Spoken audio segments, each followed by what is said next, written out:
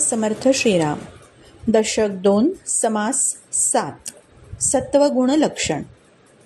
रजोगुण आणि तमोगुण प्रपंचामध्ये गुंतवून ठेवतो. दुःखाचे मूळ असलेला संसार सत्वगुणच नाहीसा करतो. मागे रजोगुण आणि तमोगुण याविषयी आपण विस्ताराने पाहिलं. मग आता हा सत्वगुण कसा असतो? सत्वगुण ज्यामध्ये असतो त्यांची लक्षणं कशी असतात? तर त्यांचे ईश्वरावर प्रेम असतं, विवेकी वृत्ती असते, त्यांना परमार्थाची आवड असते, हरिकथेची गोडी असते, स्नान संध्या नामस्मरण यज्ञ याग करत असतात, दानधर्म धर्मपालन करत असतात, विहिरी बांधतात, तळी बांधतात, देवळाची सुव्यवस्था राखतात, संत समागम करतात, देवांचे मोठे उत्सव करतात. आपला मोठेपणा बाजूला ठेवून देवाच्या दारी हलकी कामं करायला सुद्धा मागे पुढे पाहत नाहीत. कधीही कठोर शब्द ते बोलत नाहीत. त्यांची रसना ताब्यामध्ये असते. अतिथी अभ्यागताला कधीही ते विनमुख पाठवत नाहीत. नम्र असतात. त्यांनी इंद्रिय दमन केलेलं असतं. ग्रंथ अभ्यास करतात. असे निंदकावरही उपकार करतात. असे आणि अनेक लक्षण यांनी युक्त असलेली ही व्यक्ती किंवा या अशा व्यक्ती सत्वगुणांनी आधारित असतात. असे सात्विक गुण संसार सागरातून तारतात. सत्वगुणांनी ज्ञानाची प्राप्ती होते. मनुष्य आत्मज्ञानी होतो. चारही मुक्तीमधली श्रेष्ठ मुक्ती जी सायुज्य मुक्ती असते ती त्या व्यक्तींना मिळत असते. आजच्या काळामध्ये सत्वगुण तर इतका लोप पावलाय की असंही राहता येतं ही कल्पना मात्रच उरली आहे. मूल्याधिष्ठित जीवन जगता येतं यावर जणू काही पडदाच पडलाय. मूल्य ही केवळ आदर्श आहेत ही धारणा बनून गेली आहे. माणसाने यथास्थित या सर्व मूल्यांना गुंडाळून कपाटात ठेवल्यासारखं वाटतंय. त्यातून अध्यात्माला बुद्धीचा काही एक उपयोग नाही हा एक मोठा गैरसमज मनामध्ये घर करून राहिलेला आहे. बदलत्या काळानुसार अधिकाधिक भौतिक प्रगती करायची आणि अध्यात्म कसं थोतांड आहे त्यावर चिकित्सा करून धन्यता मानायची. अनेक विद्वान मंडळी या उद्योगाला लागलेली आहेत असं राजरोसपणे दिसतच आहे. फक्त रज आणि तमोगुणाचं थैमान सुरू झालेलं दिसतंय. वर्तमानपत्रातल्या बातम्या असो, टीव्हीवरच्या बातम्या असो किंवा इतरत्र आजूबाजूला आपण अनेक वेळा अशा काही गोष्टी बघत असतो. रामायण मालिकेत किंवा संतांवरील चित्रपटांमध्येच तो काही सत्वगुण दिसतो. दैनंदिन जीवनात सत्वगुण जोपासणारे जणू अगदी मिळमिळीत असतात असं काहीतरी धारणा लोकांची झालेली असते. विज्ञान युगाची आव्हानं हे सत्वगुणी माणसं कशी बरं पेलणार? देवधर्म आणि नीती साक्षात्काराने कुठे काही होतं का? असा फोल युक्तिवाद मात्र प्रसारित होत असतो.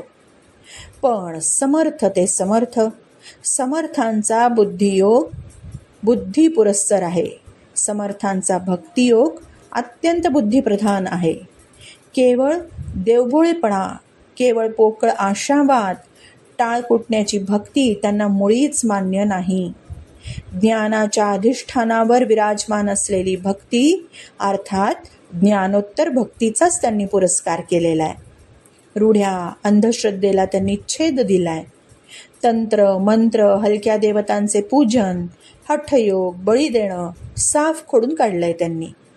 उलट पक्षी सगुणाकडून निर्गुणाकडे जाण्याचा मार्ग नवविधा भक्तीद्वारे आखून दिलेला आहे. फार नको मागील काळात जायला. सत्वगुण धारण करणारे, संसारात राहून परमार्थात उच्च अवस्थेला जाणारे, सत्वगुणी आणि उच्च शिक्षित असा सुरेख संगम साधणारे, प्रतिष्ठा प्राप्त केलेले पण नम्र सुद्धा, अनेक भाषा आणि शास्त्र अवगत असलेले, साक्षात्कारी असे विद्याविभूषित महत्त्वाच्या व्यक्ती आजही आहेत समाजात. एक उदाहरणच द्यायचं झालं तर परमपूज्य श्री दत्त महाराज कवीश्वर आत्ता नुकतेच होऊन गेले. साधकांना लागणारं अमानित्व कसलं असलं पाहिजे, कसे असलं पाहिजे याचं आदर्श उदाहरण म्हणजे श्री दत्त महाराज कवीश्वर. त्यांचं जीवनचरित्र म्हणजे सत्वगुणांनी युक्त. राष्ट्रपती पुरस्कार त्यांना मिळायचा होता.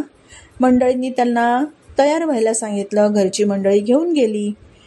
तर साधा घरचा पोशाख होता अंगावर, अगदी धोतर आणि सदरा. आणि स्वारी निघाली की तशीच उठून. पुरस्कार मिळाल्यावर सुद्धा काही हुरळून जाणं नाही, काही नाही.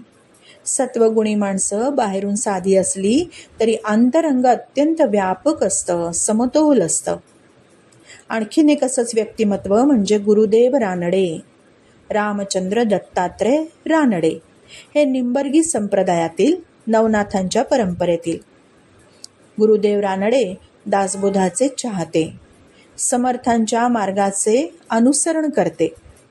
नवविधा भक्तीतील नामस्मरण भक्तीचे ते कट्टर उपासक. अत्यंत सत्शील, सत्वगुणी, अत्यंत बुद्धिमान.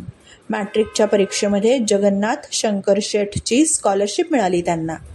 1907 ते 1909च्या काळामध्ये डेक्कन कॉलेज पुणे येथे फेलोशिप मिळाली.